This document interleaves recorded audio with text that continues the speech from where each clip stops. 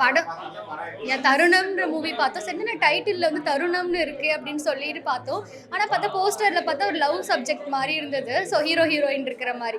கடைசியில் பார்த்தா என்ன தருணமாக இருக்கும் அப்படின்னு பார்த்தா செம்ம சூப்பராக இருந்துச்சு மூவி. ஸோ அது இல்லாமல் லவ், காமெடி, த்ரில்லர். ஸோ சீட்லேயே உட்கார முடியல, நெக்ஸ்ட் என்ன நடக்கும் அப்படின்ற மாதிரி ஒரு மாதிரி க்யூரியஸாக இருந்தது. சூப்பராக இருந்துச்சு. ஸோ எல்லாருமே ஃபேமிலியோட போய் பாருங்கள். அதுவும் இல்லாமல் கிளைமேக்ஸ் அதை விட சூப்பராக இருந்துச்சு. நம்ம எக்ஸ்பெக்ட் பண்ணாத அளவுக்கு இருந்துச்சு. ஸோ சூப்பராக இருந்துச்சு. ஸோ எல்லாரும் ஃபேமிலியோட பாருங்கள். தேங்க்யூ. படத்துல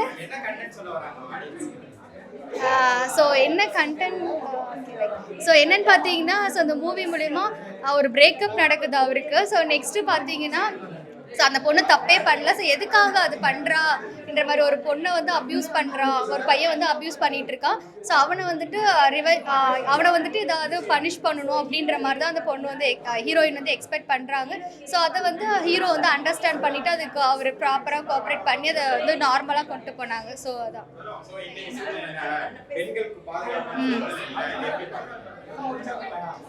ஸோ இப்போ இருக்கிற இப்போ டெக்னாலஜி வந்து நிறைய அப்டேட் ஆகிடுச்சு. ஸோ அப்டேட் ஆகுதுனால ஸோ பெண்களுக்கு வந்து என்னென்னா முன்னுரிமை அப்படின்னு சொல்கிறாங்க. ஸோ அவங்களுக்கு சேஃபே கிடையாது. இப்போ வரையும் சேஃபே இல்லாமல் தான் இருக்குது.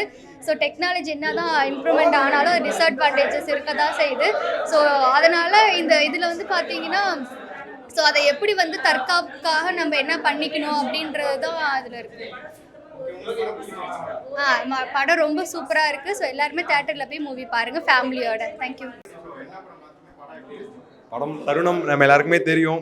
நம்ம கிஷன் ப்ரோ ஹீரோ பார்த்தோன்னா ஸ்டார்டிங் பண்ணும்போது கொஞ்சம் ஸ்மூத்தாக அப்படி போகிற மாதிரி இருந்து, கொஞ்சம் ஸ்டக்காகி போகிற மாதிரி இருந்தது, பொறுமையாக இருந்துச்சு. பட் இன்டர்மிஷன் வந்ததுக்கப்புறம் எப்போடா படம் அடுத்து எப்போடா செகண்ட் ஹாஃப் போகும் அப்படிங்கிற மாதிரி தான் இருந்தது. ஏன்னா செகண்ட் ஹாஃபில் அவ்வளோ ஒரு கிளியராக எல்லாமே பர்ஃபெக்டாக இருந்தது. கிஷனோட ஆக்டிங் கண்டிப்பாக சொல்லி ஆகணும். ரொம்ப ஒரு ஓவர் ஆக்டிங்காகவும் இல்லாமல், ஒரு எக்ஸ்பிரஷன் இல்லாமல் ஸ்மூத்தாக கேஷுவலாக நடிச்சிருந்தார். எல்லா சீனுமே அவ்வளோ ஒரு பக்கவாக இருந்தது. அது இந்த ஜென்ரேஷனுக்கு செக்ஷுவல் அபியூஸ் பற்றி பக்கவான ஒரு ஃபிலிமாக இருந்தது. கண்டிப்பாக வந்து நீங்கள் எல்லாருமே வந்து பாருங்கள், உங்களுக்கும் பிடிக்கும் கண்டிப்பாக. தேங்க்யூ. கண்டென்ட் தான் செக்ஷுவல் அபியூஸ் பற்றி இப்போ நடக்குது. நம்ம இதை பற்றி உங்களுக்கு தெரியும், இந்தியாவில் எவ்வளோ இது நடக்குது அதை பற்றி தான் எடுத்திருக்காங்க. அது வந்து நம்மளுக்கு படம் ஸ்டார்டிங்லேருந்து எண்டிங் வரைக்கும் தெரியாது. என்னடா கதனே புரியாத மாதிரி இருக்கும். பட் எண்டிங்கில் தான் புரியும் என்ன படம், என்ன கான்செப்ட் அப்படின்னு சொல்லிட்டு. ஸோ நீங்கள் நடுவிலே படத்தை பார்த்துட்டு இல்லை இது எனக்கு பிடிக்கல அப்படிலாம் சொல்லாதீங்க. எண்டிங்கில் பாருங்கள், வந்து பாருங்கள். யங்ஸ்டராக பார்த்துட்டு மட்டும் தான் இருக்க முடியுது. வேறு என்ன பண்ண முடியுது? நம்ம நினச்சது என்ன பண்ண முடியுமா? ஒன்று ஆட்சி மாறணும், இல்லைனா ஆட்சியை மாற்றி எப்படி இருக்கானோ அதை பார்க்கணும். இப்போ வந்து அதான் நான் மாறணும்னா எப்படி மாற்றணும்னா வேறு எதனா கேளுங்க. நான் மாற்றணும்னா நீங்கள் வரும்னு நினைக்கல, வரும் கன்ஃபார்மாக சொல்கிறேன். இப்போ வந்து நம்ம நினைக்கலாம் வந்து சரி, நான் கண்டிப்பாக தளபதி விஜய் அவங்கள தான் நினைக்கிறேன். மாறும், அப்படியே மாறலாலும் இப்போ மட்டும் நல்லா இருக்கா, நல்லா இல்லை, சரி அவர் வந்து வீணாக்கிட்டு போட்டோம் அந்த மாதிரி கான்செப்டில் இருக்கட்டும். இவங்க கையில் வேணாம், அவ்வளோதான். வாய்ப்பு எல்லாருக்குமே வாய்ப்பு கொடுக்கணும். வாய்ப்பு வந்து எல்லாருக்கும் கொடுத்தே ஆகணும். அவ்வளோதான். தேங்க்யூ. ஆமாம் ஆமாம் அது பார்க்கும்போது என்ன, அது ஒரு விண்டேஜ் லுக்கு. இப்போ அந்த கம்பேரிசன் போட்டாங்களே எம்ஜிஆருக்கும் விஜய்க்கும், அதெல்லாம் பார்க்கும்போது ஒரு கூஸ் பம்ப்ஸாக இருக்குது. ஏன்னா இப்போ அது வந்து எம்ஜிஆர் பண்ணுறது இது. இப்போ அந்த லுக்கில் விஜய் பார்க்கும்போது ஒரு விண்டேஜ் விஜய் ஃபீல், ஒரு பழைய ஃபீல் அந்த மாதிரி வருது. ரொம்பவே சந்தோஷமாக தான் இருக்குது பார்க்கும்போது. இது லாஸ்ட் படம்னு கூட சொல்கிறாங்க. அது நினைக்கும் போது ஒரு சைட் ஃபீலாக இருந்தாலும் பட் 2026 அவர் வராருங்கும் போது ரொம்ப சந்தோஷம், ஹாப்பினஸாக தான் இருக்குது. ஆமாம் ப்ரோ, யாராலுமே ஒரு இதாக கேஷுவலாக போய் பேசிட முடியாது. ஸ்கிரிப்டட்னா யாராக இருந்தாலுமே, ஸ்கிரிப்டாக இருந்தாலும் இப்போ யாராக இருக்கட்டுமே, ஸ்கிரிப்டை இப்போ எழுதிட்டு அப்புறம் தான் வந்து பேசுவாங்க. அந்த ஃப்ளோலாம் யாருக்கும் அந்தளவுக்கு பேச வராது. அது இல்லாமல் ஒரு புதுசு வேறு. ஸ்கிரிப்ட் எழுதி பேசுறதுல ஒன்றும் தப்பு இல்லை. ஸ்கிரிப்ட் எழுதி பேசுறது தப்பு கிடையாது. தப்பாக பேசினா தான் தப்பு. தெரியா, ஸ்கிரிப்ட் எழுதினாலும் உண்மையாக தானே பேசுகிறாரு, என்ன வேணுங்கிறது தானே பேசுகிறாரு. அதனால் ஸ்கிரிப்ட் எழுதி பேசுறதுல தப்பு கிடையாது. கண்டிப்பாக வரும், மாற்றங்கள் வரும். அதுக்கு வந்து தளபதி விஜய் தான் வரணும். தேங்க்யூ. ஸோ ஹாய், இப்போ வந்து நான் தருண மூவி ப்ரிவியூ ஷோ வந்திருந்தேன். மூவி பார்த்தீங்கன்னா லெவன் த்ரில்லராக இருந்தது. ரொம்ப ட்விஸ்ட் அண்ட் டர்ன்ஸ் நிறையா இருந்தது. ரொம்ப இன்ட்ரெஸ்டாக சூப்பராக இருந்தது. ஸோ இப்போ இருக்க ஜென்ரேஷன் பார்த்தீங்கன்னா லைக் நம்ம பாய் ஃப்ரெண்ட் வந்து இப்போ அந்த மாதிரி நம்ம எதாவது தப்பு பண்ணால் சேவ் பண்ணுவாங்களா மாட்டாங்களா தெரியல. பட் டேரக்டர் சார் அதை சூப்பராக எடுத்து போயிருக்காரு. நம்மளே யோசிக்கிற அளவுக்கு இந்த மூவி மூவி வந்து எடுத்திருக்காரு. ஸோ கம்மிங் 31st வந்துட்டு மூவி ரிலீஸ் ஆகுது. கண்டிப்பாக உங்கள் ஃபேமிலி ஃப்ரெண்ட்ஸோட போய் பாருங்கள். சூப்பராக சூப்பராக இருக்குது, செம்மையாக இருக்குது. உங்களுக்கு இந்த படம் வந்து பார்த்தீங்கன்னா போரே அடிக்காது, ரொம்பவே என்ஜாய் பண்ணி பார்ப்பீங்க. கண்டிப்பாக டேரக்டர் சாருக்கு ரொம்பவே தேங்க்யூ. நாங்கள் ரொம்ப என்ஜாய் பண்ணி பார்த்தோம். ரொம்பவே ட்விஸ்ட்டாக தான் இருந்தது நாங்கள் சொல்லுவோம். நெக்ஸ்ட் என்னென்ன வரும்னு அப்படின்ற ஒரு ஒரு மாதிரி இப்போ எப்படி சொல்கிற ஒரு பதட்டமாக இருந்தது. நெக்ஸ்ட் என்ன நடக்கும் ஸோ அந்த மாதிரி ரொம்ப த்ரில்லராக நல்லா இருந்துச்சு. முக்கியமாக இந்த படத்தை லவர்ஸோட போய் பாருங்கள். அப்போ தான் வந்துட்டு ரொம்பவே என்ஜாய் பண்ணி நம்ம எல்லாருமே பார்ப்போம். பட் நம்ம பாய் ஃப்ரெண்டும் வந்து நம்மளை இன்னும் எப்படி கேர் பண்ணிக்கலான்றதை நம்ம தெரிஞ்சுக்கலாம். இருக்காங்க. படம் ஆக்சுவலாக பார்த்தீங்கன்னா உண்மையிலே நல்லாயிருக்கு.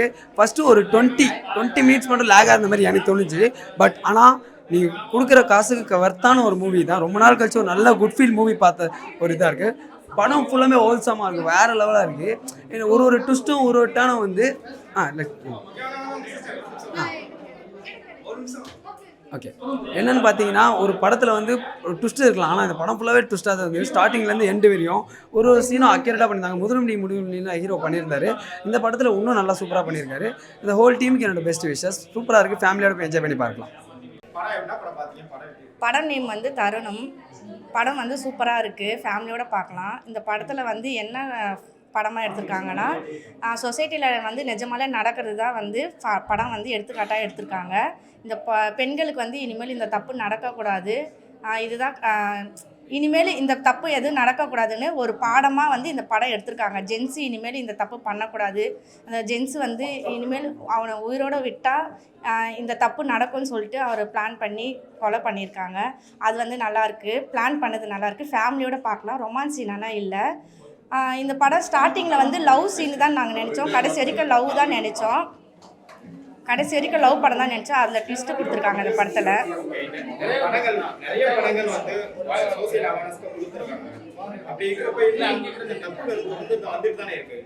இது நடந்துட்டு தான் இருக்குது. ஆனால் இப்போ எடுத்தவொடனே அவங்க வந்து கொலை பண்ணிடணும் எனக்கு தெரிஞ்சு.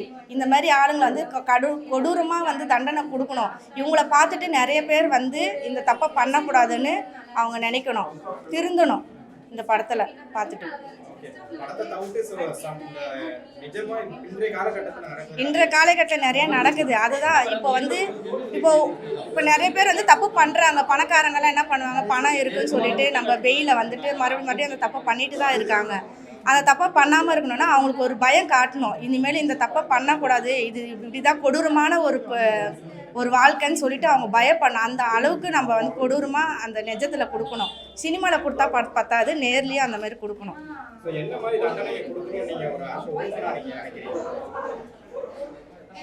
என்ன மாதிரி தண்டனைனா அவமானப்படுற மாதிரி, அவங்க ஃபேமிலியில் இருக்கிறவங்க எல்லாரையும் வச்சு அவங்க எதுக்காகவே வந்து அசிங்கப்படுத்தணும்.